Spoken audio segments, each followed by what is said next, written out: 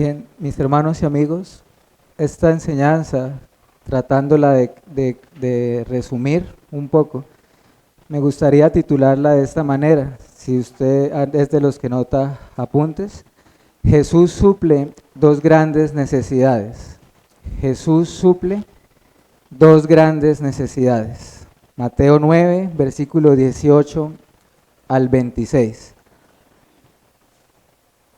Dios quiera bendecirnos, como orábamos ahorita, por su palabra escrita, la Biblia, la cual es inspirada. Eso quiere decir que ha sido exhalada por Dios mismo,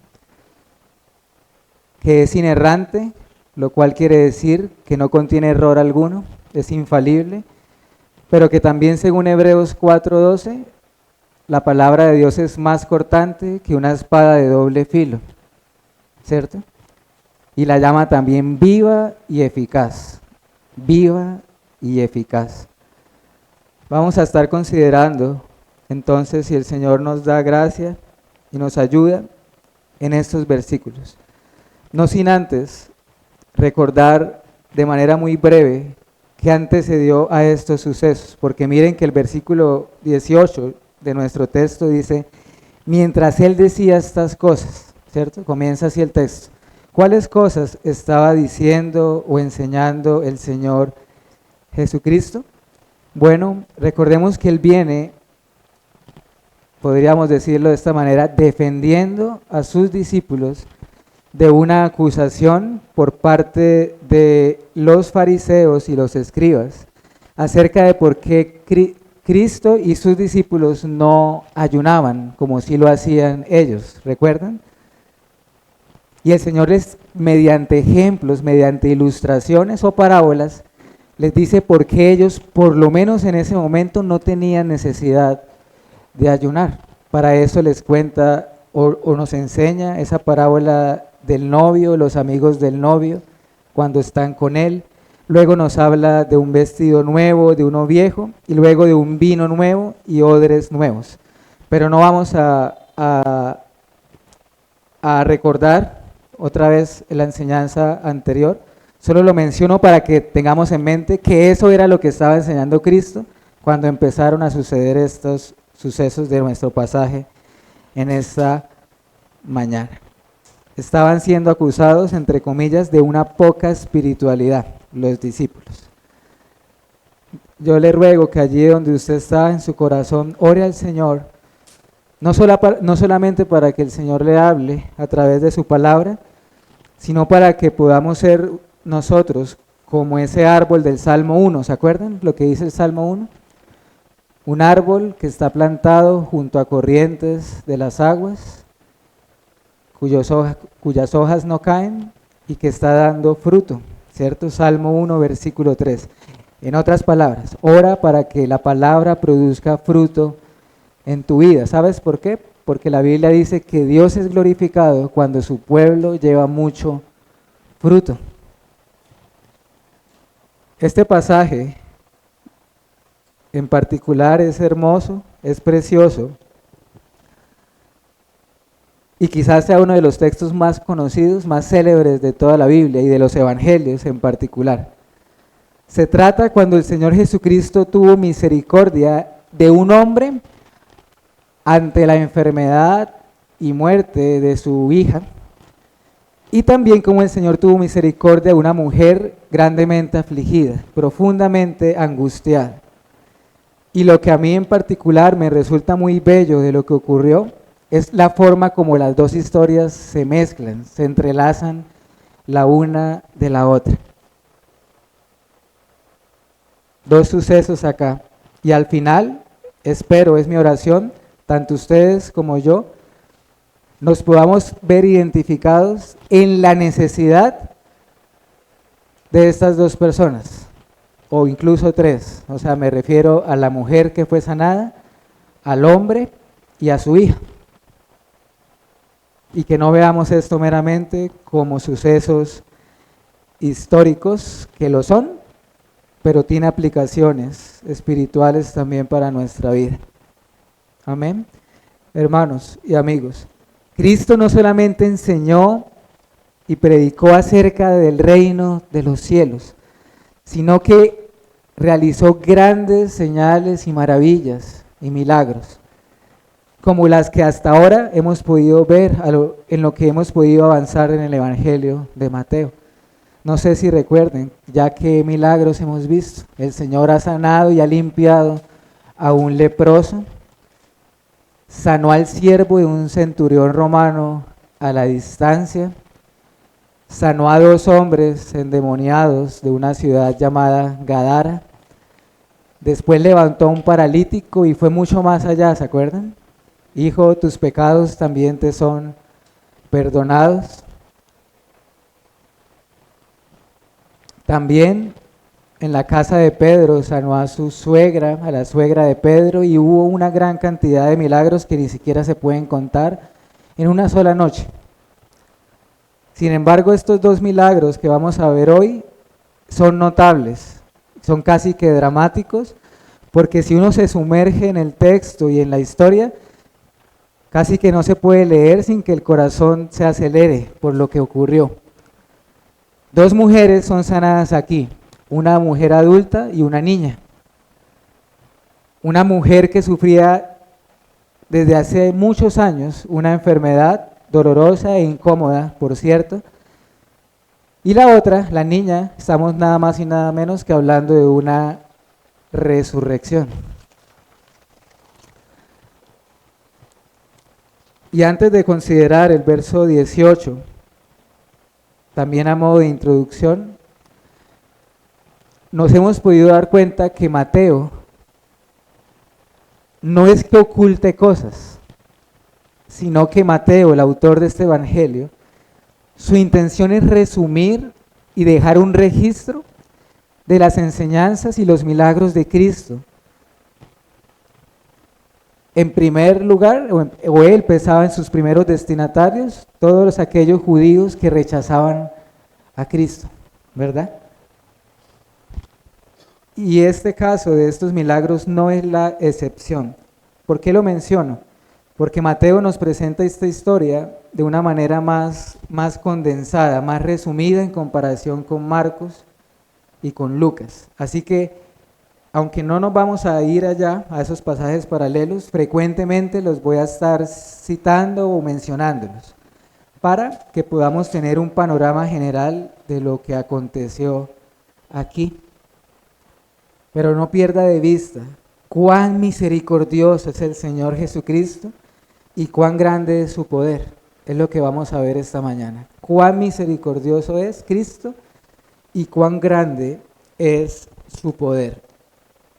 Para con esta mujer, para con esta niña, y también lo ha sido para con nosotros, si estamos en Cristo, o lo puede ser para contigo también en esta mañana, porque Cristo es el mismo ayer, hoy y por los siglos.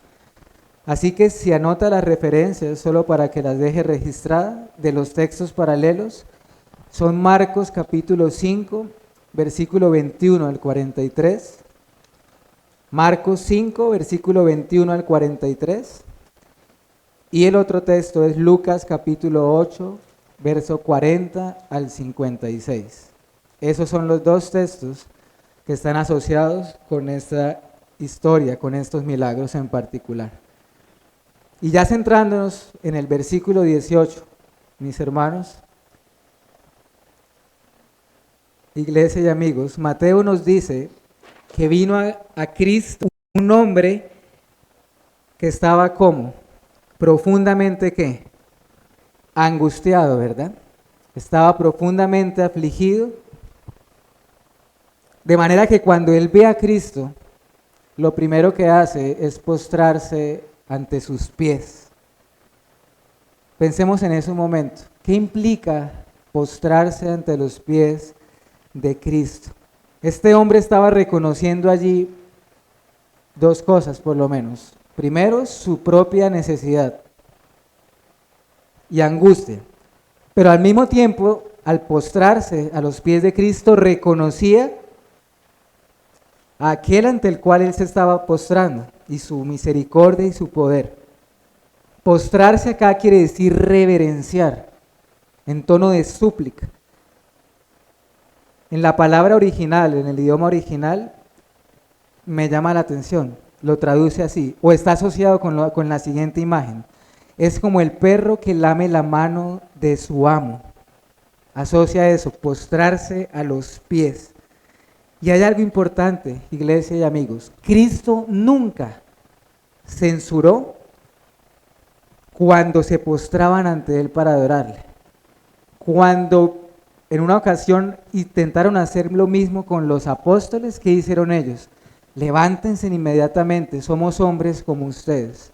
Incluso los ángeles mismos también. Pero es maravilloso que Cristo nunca censuró aquellas actitudes o palabras donde reconocían su deidad. Como cuando una vez Tomás, el discípulo, se postró también y le dijo, Señor mío y Dios mío. Así que el Señor siempre se dejó reverenciar y adorar como Dios. Pero ¿quién era este hombre postrado a los pies de Cristo Jesús?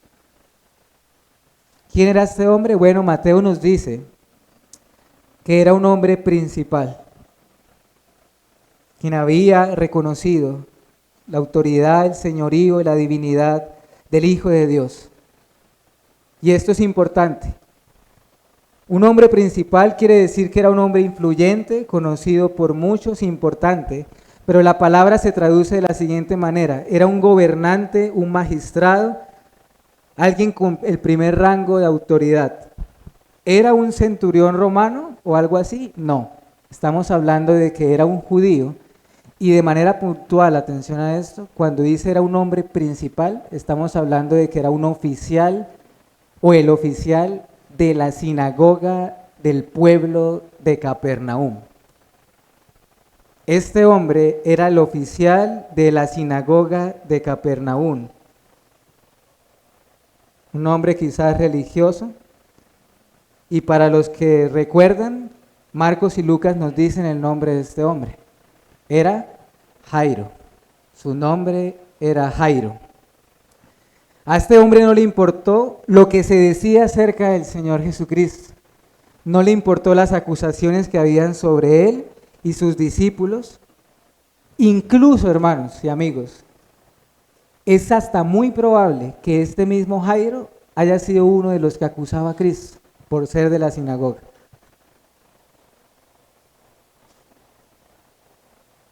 Su necesidad era apremiante y urgente. Así que él no pensó, por grande que sea mi necesidad, no me voy a acercar a un blasfemo o a un amigo de pecadores o a un comelón y bebedor. No pensó así. Es más, algunos comentaristas dicen que la motivación de este hombre es que simplemente se acercó a Cristo porque era su último recurso. No había nadie más a quien podía acudir.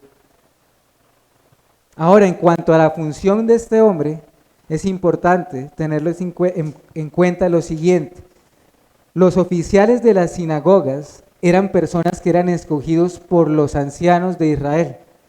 Y ellos en particular no estaban a cargo de la enseñanza pública o de la predicación.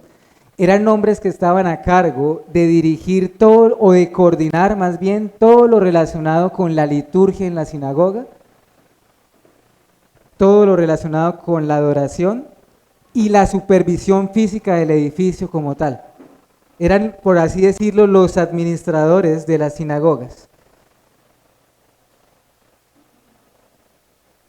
Así que es este el hombre que va y se postra ante los pies de Cristo. ¿Y qué vemos al Señor acá? ¿Lo vemos rechazándolo? No, ¿cierto? ¿Lo vemos guardándole rencor o devolviendo mal por mal? ¿Le vemos al Señor diciendo, ahora sí que estás en necesidad, tú vienes a mí? No, no le vemos diciendo ni haciendo eso. Lo vemos extendiendo misericordia, fijándose en su aflicción y en su necesidad. Ya habiendo identificado quién era este hombre y lo que hacía, ahora pensemos en lo siguiente. ¿Por qué Jairo se postró a los pies de Cristo? ¿Qué lo llevó a postrarse ante el Señor? ¿Cuál era su aflicción? ¿Qué lo atormentaba? Y según el texto, ¿qué era, hermanos y amigos? Su hija se estaba muriendo, si es que ya no estaba muerta. El nombre de esta hija no la sabemos, no conocemos su enfermedad ni cuál fue la razón de su muerte, pero pensemos por qué Jairo estaba tan afligido. Por un lado, su hija en realidad solo era una niña. ¿Saben cuántos años tenía la niña? 12 años. 12 años tenía la niña. Y segundo, que acrecentaba y agudizaba el dolor de Jairo, es que era su única hija. Su única hija. Eso está en Lucas 8:42. Una niña de 12 años y su única hija. Ahora, no pasemos por alto tampoco que independientemente de las motivaciones de este hombre, o si fue movido solamente por su aflicción, estamos viendo que este hombre ciertamente y verdaderamente llegó a creer que el Señor Jesucristo, si ponía su mano sobre su pequeña hija, ella viviría. Él lo creyó, porque nuestro texto dice, se postró ante él y le dijo, mi hija acaba de morir, pero si tú vas y pones tu mano sobre ella, ella va a vivir. Va a vivir.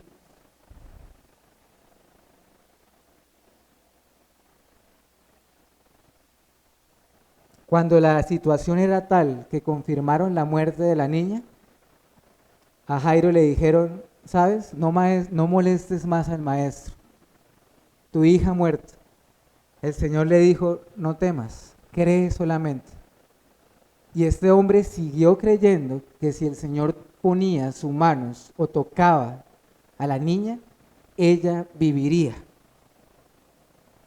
Llegó a creerlo realmente, que podía levantarle de entre los muertos. Quizás la fe de Jairo no fue como la del centurión romano. Acuérdense que al centurión, Jesús del centurión dijo, ni aún en Israel he hallado tanta fe. ¿Por qué? Porque el centurión romano creyó que Cristo podía sanarla sin ir al lugar, a su siervo, sin tocarlo siquiera, solo dando una orden. ¿Se acuerdan de lo que vimos? Pero aún así, Jairo creyó que Cristo podía resucitar a su hija. Y de nuevo, Cristo no vio con sospechas a este hombre de la sinagoga, se compadeció de él, tuvo amor y misericordia. Y se levantó, detuvo su enseñanza y se dispuso a ir a la casa de este hombre. ¿A qué? A extender misericordia hacia su pequeña hija. Ahora consideremos el verso 20 de nuestro texto. Y es aquí donde la historia de Jairo se entrelaza con la historia de esta mujer, extraña porque no conocemos su nombre en ese sentido. Cuando Cristo iba hacia la casa de Jairo, había una gran multitud de personas, muchas personas. Y el verso 20 empieza a ser dramático lo que está pasando allí. Las multitudes eran enormes al punto que apretaban y tocaban a Cristo. Eso es importante. Muchas personas tocaban a Jesús. Haga de cuenta, si usted alguna vez ha estado en una multitudinaria lugar y va caminando, es casi que imposible que las personas se rocen entre sí, ¿cierto? Bueno, eso era lo que estaba ocurriendo. Y allí, en medio de esa gentío, de esa multitud, había una mujer tan desesperada y tan angustiada como el mismo Jairo.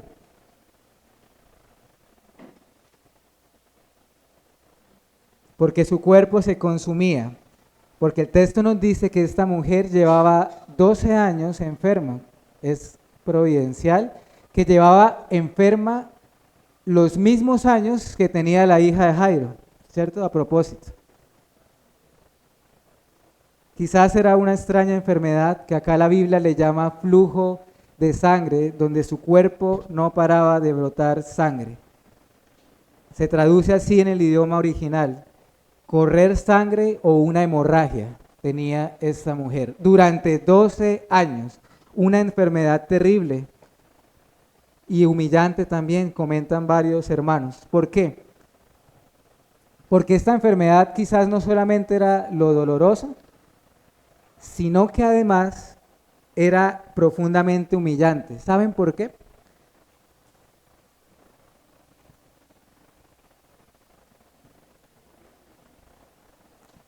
Remontándonos a Levítico, cuando una mujer tenía flujo de sangre, era considerada inmunda o impura. Y todo lo que tocara quedara inmundo y nadie se podía acercar a ella. Bien, estamos hablando de una mujer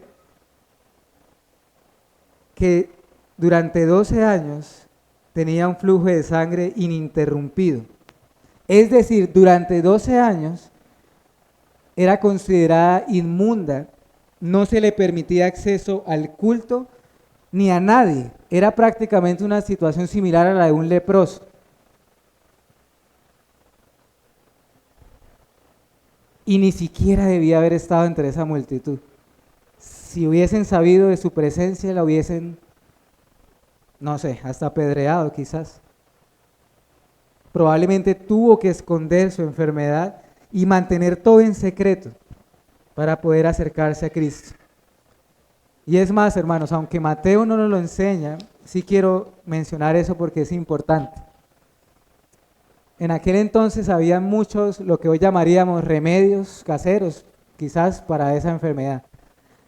Pero la mujer seguía igual. Incluso Marcos y Lucas nos dicen que esta mujer había hecho todo lo humanamente posible con doctores, con médicos, y había gastado prácticamente todo su dinero para aliviar su enfermedad y su dolor, pero seguía igual o peor aún. Su condición empeoraba cada vez más y su flujo no cesaba. Pero allí estaba el único que podía sanarle. Así que esta era la angustia de esta mujer. Versículo 21. Perdón, el mismo verso 20. Se le acercó por detrás y tocó el borde de su manto, porque decía dentro de sí: si tocare solamente su manto, seré salva. Es el momento de que consideremos entonces la fe de esta mujer, y noten que hay similitudes con la historia de Jairo.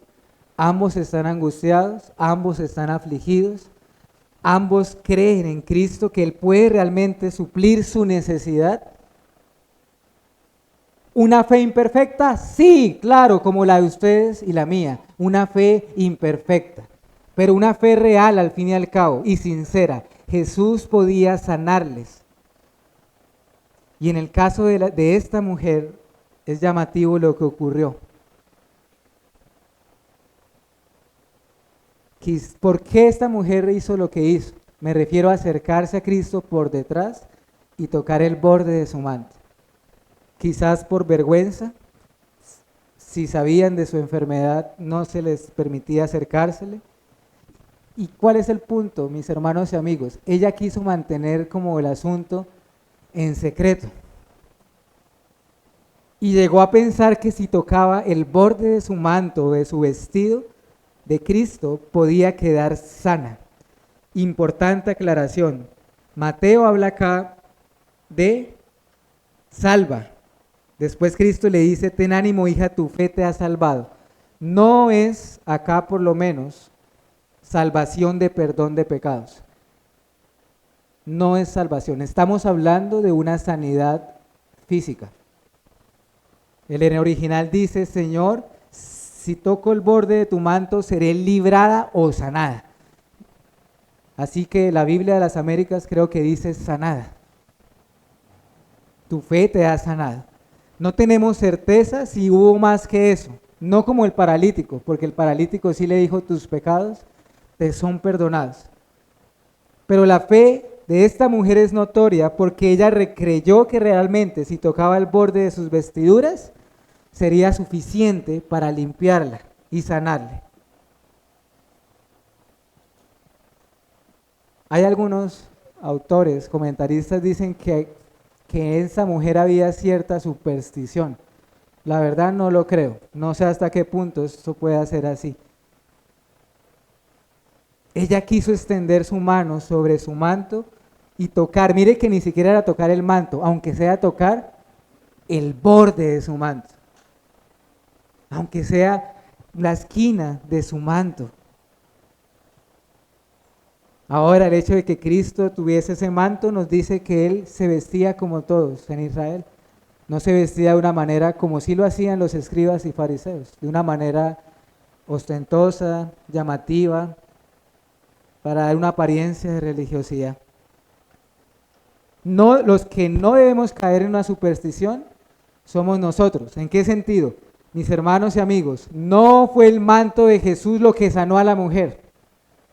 ¿Quién fue? Cristo mismo.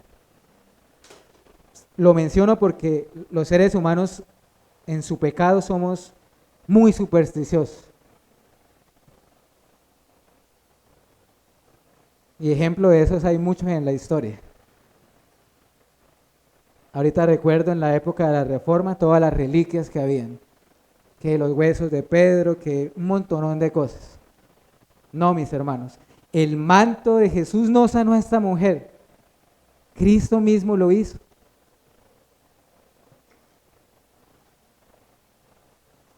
Lo que sí creo que equivocadamente pensó esta mujer es lo siguiente. En donde sí creo que esta mujer erró en su actuar y en su razonamiento, en que ella llegó a pensar que ella iba a pasar desapercibida del Señor Jesucristo. Erró en pensar que Cristo la podía llegar a sanar casi que inconscientemente. Ahí estuvo el error. Y el Señor la sanaría, pero el Señor se haría cargo de hacer esto público. No quedaría en secreto. Versículo 22. Pero Jesús volviéndose y mirándola dijo: ten ánimo, hija, tu fe te ha salvado. Así que el Señor Jesús mira con misericordia, con compasión a esta mujer, como ya lo había hecho con Jairo. Y se detiene entonces para hablar con esta mujer. Se detiene para hablar con ella y la anima: ten ánimo, hija. El texto nos dice que cuando ella toca el borde de su manto, ciertamente quedó ¿qué? Sana. Quedó sana y quedó limpia. Así como cuando el Señor tocó al leproso, quedó sana al instante. Cuando ella tocó el borde del vestido de Cristo, quedó limpia de su flujo de sangre, cesó inmediatamente en aquella misma hora, dice el texto. Después de tantos años, 12, que ella sentía una extraña sensación en su cuerpo, ella supo que había sido sanada.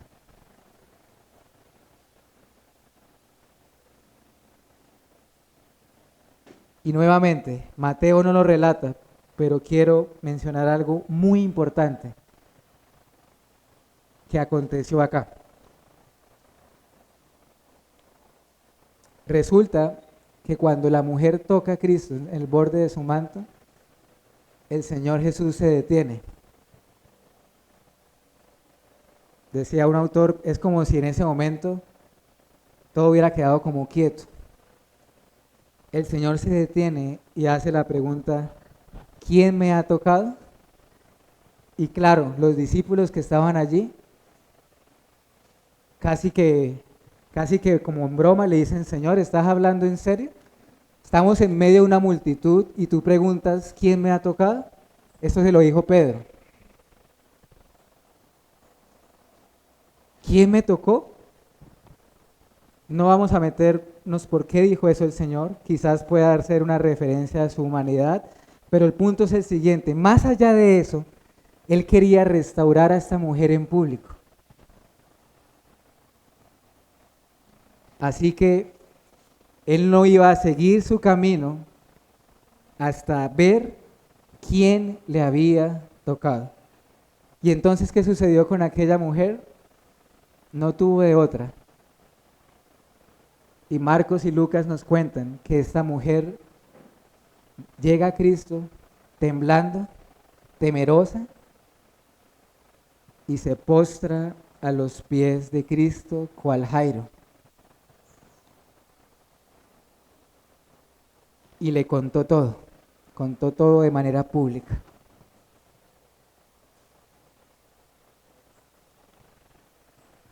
Pensemos por qué Cristo se detuvo cuando esta mujer le tocó el borde de su manto, si muchos le estaban apretando. ¿Por qué? Por lo menos por dos razones. Una, que él mismo lo expresa: poder salió de mí, dice Cristo. Y dos, porque él supo que alguien lo había tocado con fe.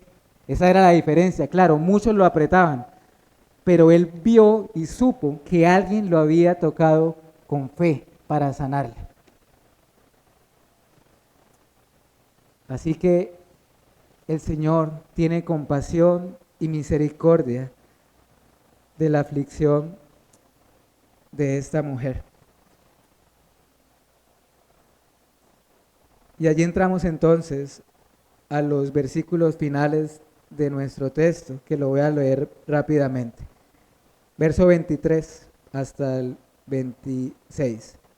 Al entrar Jesús en la casa del principal, viendo a los que tocaban flautas y la gente que hacía alboroto, él les dijo: apartaos, porque la niña no está muerta, sino que duerme.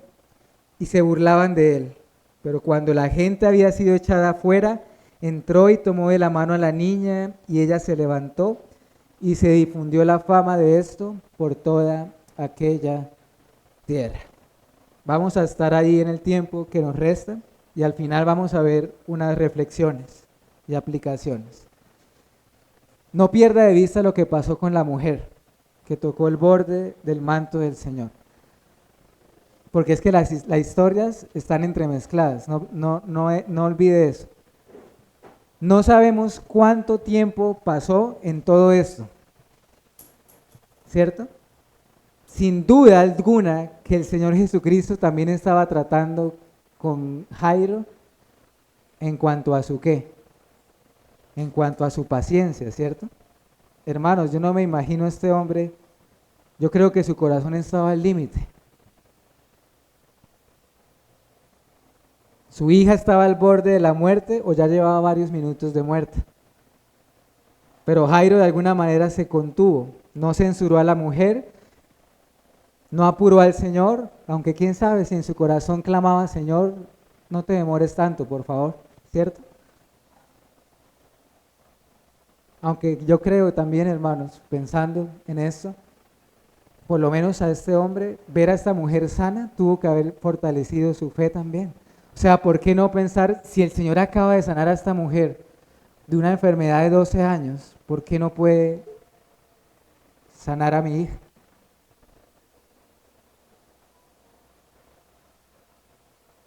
La noticia le es confirmada: Jairo, tu hija ha muerto. Y Jairo no le dice al Señor: Señor, si hubieses llegado antes, mi hija no habría muerto.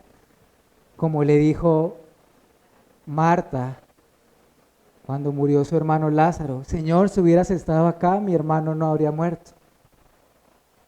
Así que cuando por fin el Señor Jesús y sus discípulos llegan a la casa de Jairo, todo era confusión, era una locura, era un ruido ensordecedor, tristeza, alboroto, lamento por todos lados. Notan que allí el texto habla de flautistas, ¿cierto? Las flautas sonaban fuertemente en señal de duelo. Y quiero hacer un paréntesis acá, para quizás entender un poco lo que ocurría acá, en esta escena. Mis hermanos, en aquel tiempo era muy común contratar a la gente para que hiciera luto por los fallecidos. Creo que a eso le llamaban los endechadores. Eran personas que se les pagaba por ese oficio, para ayudar a crear una atmósfera de lamento y de dolor. Eran dolientes profesionales, pero no eran sinceros, por supuesto. Y todos lo tenían en el pueblo de Israel. No era que solamente Jairo, sino no, incluso las personas más pobres contrataban a estas personas. Y había de todo, habían quienes rasgaban sus vestidos, había mujeres que lloraban en alta voz y habían flautistas profesionales con un ruido enorme. Así que en otras palabras, cuando esta es la atmósfera, el ambiente cuando Cristo entra a la casa, todo era un griterío ruidoso, traduce así otra versión de la Biblia. Así que allí entra el Señor con una serenidad y con autoridad y lo saca a todos. Él quería estar solo allí, no quería que nadie viera lo que haría con la niña, sino solamente a 5 personas estarían con Cristo en esa habitación. Pedro, Jacobo y Andrés. Perdón, Andrés no. Pedro, Jacobo y Juan. Pedro, Jacobo y Juan. ¿Y saben quién eran los otros dos? Mamá y papá de la niña. Ellos estarían solamente en esa habitación. Lucas 8:51. Pero antes que la gente se marche del lugar, el Señor Jesús hace una declaración sorprendente para unos y ofensiva para otros. ¿Qué es lo que dice el Señor? La niña no está muerta, sino que duerme. Estos supuestos dolientes se ofendieron, imagínense. Su desesperanza era tal que al más mínimo rayo de una verdadera esperanza, reaccionaron fue con burlas hacia Cristo. Se burlaron de Él. Ahora, iglesia y amigos, pregunta que nos surge a todos en esta mañana, legítima, una pregunta natural. ¿Por qué el Señor Jesús dijo esto siendo que la niña realmente estaba muerta? ¿Cierto? Quiero hacer un paréntesis y hacer una aclaración. La muerte no es un sueño. La muerte es un estado real. Sin embargo, la Sagrada Escritura, la Biblia, en muchas ocasiones compara la muerte con un sueño. ¿Me hago entender, mis hermanos? Por ejemplo, el Antiguo Testamento dice, y David durmió, dice la Biblia, con sus padres y fue sepultado. Y así muchos más en el Antiguo Testamento. Usa la palabra durmió. Pero no está haciendo referencia a negar la realidad y la condición de la muerte física, sino que lo menciona a forma de una comparación. ¿Por qué como una comparación? A causa de la resurrección. A causa de la resurrección. Porque un día, según la Biblia, todos los muertos, ¿qué van a hacer? A resucitar, unos para vida y otros para muerte eterna. Así que no es una negación de la realidad de la muerte. Ahora, otra razón es que también es muy probable que el Señor en ocasiones, Él veía las cosas como si ya fuesen, y Él sabía que iba a resucitar a la niña. Él sabía que la niña viviría después de tocarle. Aunque ella estaba muerta, en realidad a sus ojos no lo vio como tal. Estaba anunciando que la levantaría de entre los muertos. Ahora, los demás en aquella casa podían burlarse de él, pero él sabía lo que estaba diciendo con esa afirmación y por qué lo decía también. En todo caso, no le importó las opiniones de los demás. Estaba centrado ¿en quién? En esos dos padres angustiados y en la condición de esa niña, ya muerta. ¿Saben algo? Esto nos debe enseñar algo a nosotros. Ante los ojos de Dios, la muerte en realidad no es definitiva. Ante los ojos de Dios, la muerte no es definitiva. ¿Por qué? Pues a la luz de la eternidad, a la luz de la resurrección, la muerte en el caso de los creyentes no es definitiva. Y este milagro, de alguna manera, con la niña, nos está anunciando que muy pronto el mismo Cristo Jesús estaría derrotando la muerte, levantándose de entre los muertos. Por eso en algún lugar de la Escritura le llama a Cristo el primogénito de entre los muertos. Verso 25. El poder de Cristo, iglesia, amigos, lo vemos acá en todo su esplendor. Su poder y su autoridad, ya en el silencio de la habitación, lejos de tanto alboroto, por fin se hallan allí. Y al fin él toma la mano de la niña y la toca y ella inmediatamente se levanta, dice el texto. ¿Usted cree esto, hermano? ¿O no? Eso es fe, porque alguien acá podría decir, no, yo no puedo creer en eso. Si no lo veo, no lo creo. No, mis hermanos, estamos ante un suceso histórico. Esta niña se levantó de entre los muertos y hubo testigos.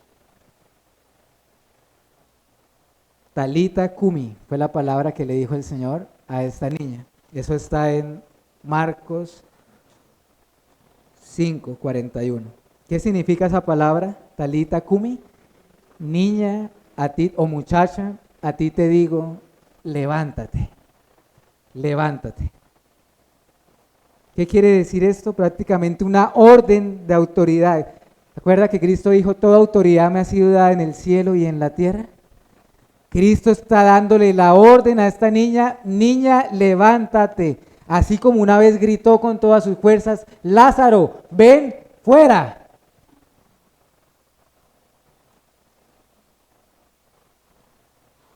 Y la niña se levanta como si fuese de un sueño. Así que estamos ante una resurrección. Cuando el Señor la tocó, volvió a vivir. Es más, Lucas nos dice más textualmente que el Espíritu volvió sobre ella. ¿Notan? ¿Notan? Lucas 8:55. Cristo la tocó y el Espíritu regresó sobre la niña. Su espíritu que se había ido, volvió sobre ella. En este caso, de la muerte. Y la niña empezó de hecho a andar por la habitación y se le dio de comer. Así que qué maravilloso milagro es este. Y cuán grande es el poder del Hijo de Dios que incluso puede levantar a los muertos. Así que el asombro de los discípulos debió haber sido grandísimo, ¿cierto? Enorme. Los padres de la niña, ni se diga, debieron haber quedado atónitos, perplejos. Otra versión dice hasta aterrorizados por lo que vieron. Así que el hombre que hace un tiempo, unos minutos, unas horas atrás, estaba postrado a los pies de Cristo, probablemente en esa habitación saltaba de alegría al ver a su hija vuelta a la vida. Incluso Cristo quiso mantener esto en secreto. Pero muy pronto, lo que ocurrió en aquella habitación se extendió por toda Capernaum, por todo Israel, y ha llegado hasta nosotros el día de hoy como testimonio. Su fama se extendió, la fama de Cristo se extendió y se difundió como era el deseo de Juan el Bautista. Es necesario que nosotros menguemos y que Él crezca. Mi hermano, nuestro deseo, ¿sabe cuál debe ser? Que nuestros nombres desaparezcan y mueran en este mundo mientras el suyo crece más y más. Menguemos para que Él crezca.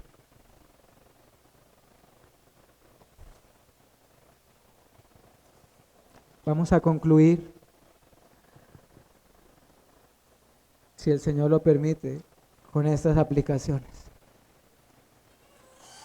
En cuanto a la aflicción de este oficial de la sinagoga de Jairo, recuerden que una de las cosas que agudizaba el dolor de Jairo era que era su hija única, ¿cierto?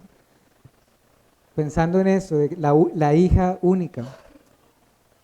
me remontaba a la historia también, por ejemplo, de Abraham, cuando el Señor le pidió sacrificar a Isaac, que era por lo menos el hijo de la promesa, ¿cierto? La Biblia da testimonio de que Abraham estuvo a punto de traspasar con un cuchillo a su hijo Isaac, porque él creyó que Dios podía levantarle de entre los muertos. Jairo también lo pensó y lo creyó así.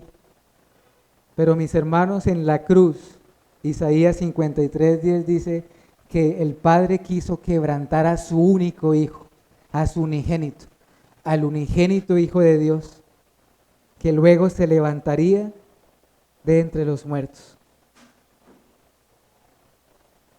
2. Acá hay una enseñanza importante. ¿Saben cuál es? La historia de Jairo y de esta mujer que tocó el borde de su manto. Acá hay una enseñanza implícita que debemos tenerla presente. ¿Saben cuál es? La fe. La fe. La fe no es una capacidad del ser humano. La fe es un don de Dios, según la Biblia. Pero la fe es un instrumento, un medio, un canal mediante el cual Dios dispensa su gracia salvadora.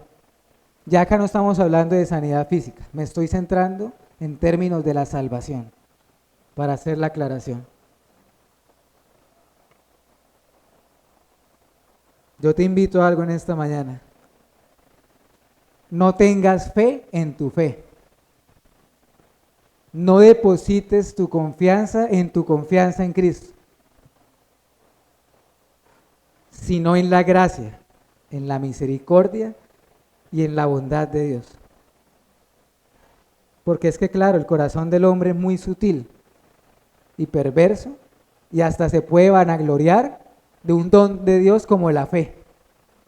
Ah, es que yo sí tengo mucha fe, es que yo tengo mucha confianza.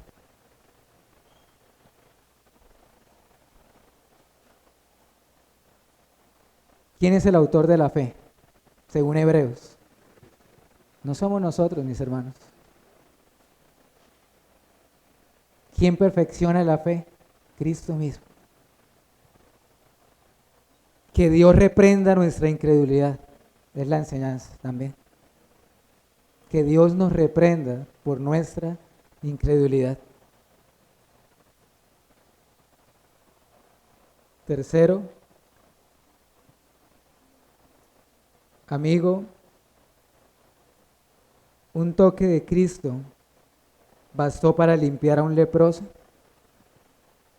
Un toque de Cristo bastó para limpiar a una mujer de esta enfermedad que vimos hoy. Un toque de Cristo bastó para que el espíritu de una niña volviera.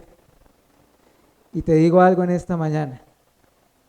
Tu mayor necesidad, nuestra mayor necesidad en este mundo, ¿sabes cuál es? Yo sé que todos acá tenemos aflicciones, sufrimientos, pruebas, tribulaciones, etc. Pero la mayor necesidad que tiene todo ser humano, mis hermanos, es ser limpiados de nuestros delitos y pecados.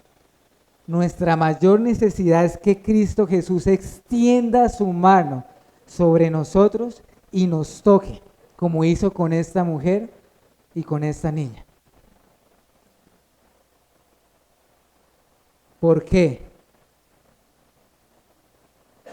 Porque si estamos lejos de la gracia, tú eres como esa mujer, de ti fluye toda clase de pecados, incesantemente, ininterrumpidamente. Y si estás sin Cristo Jesús, eres como esa niña, muerto en delitos y pecados. Pero la buena nueva o la buena noticia es que basta un toque de Cristo y quedarás limpio. Basta un toque suyo y vivirás. Ahora, ¿no harías tú todo lo posible para, aunque sea, tocar el borde de su manto?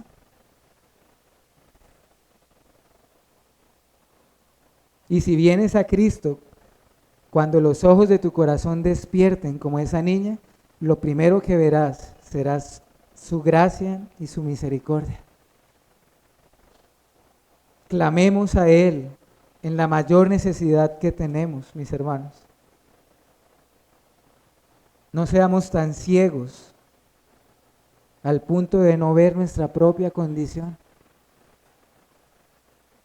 ¿Saben cuál es el mayor problema también del ser humano? Que no es capaz de ver su necesidad. No ve su necesidad. Creyente, amado hermano, en esta mañana, regocíjate, porque Él nos ha dado vida cuando estábamos, ¿qué? Muertos en delitos y pecados. Efesios 2:5. Estábamos muertos y hemos vuelto a la vida. ¿Sí sabía que la Biblia compara la resurrección con el nuevo nacimiento?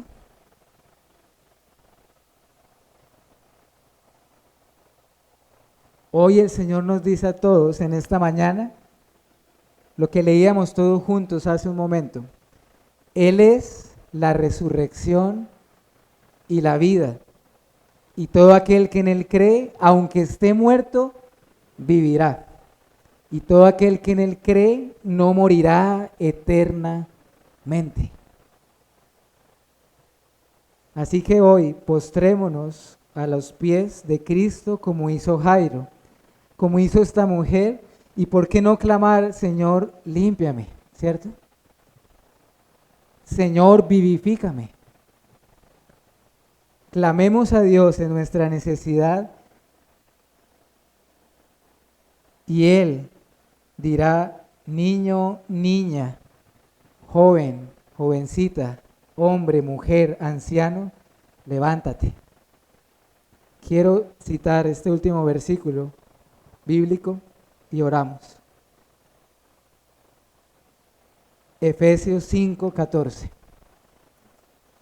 Efesios capítulo 5, versículo 14. Noten lo que dice este precioso texto. Por lo cual dice, despiértate tú que duermes y levántate de los muertos y te alumbrará Cristo. Amén. Señor, gracias te damos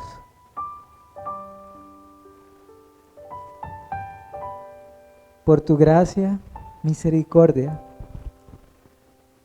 que podemos ver reflejado a través de tu palabra, de tu evangelio y de las obras reales que hizo tu Hijo en medio de nosotros. Ruego que perdones nuestra soberbia y nuestra altivez. Perdona nuestra autosuficiencia. Y quieras tú, Señor, humillarnos de tal modo que nos veamos en la necesidad de postrarnos a los pies de Jesucristo y que podamos clamar como esta mujer, Señor, límpiame.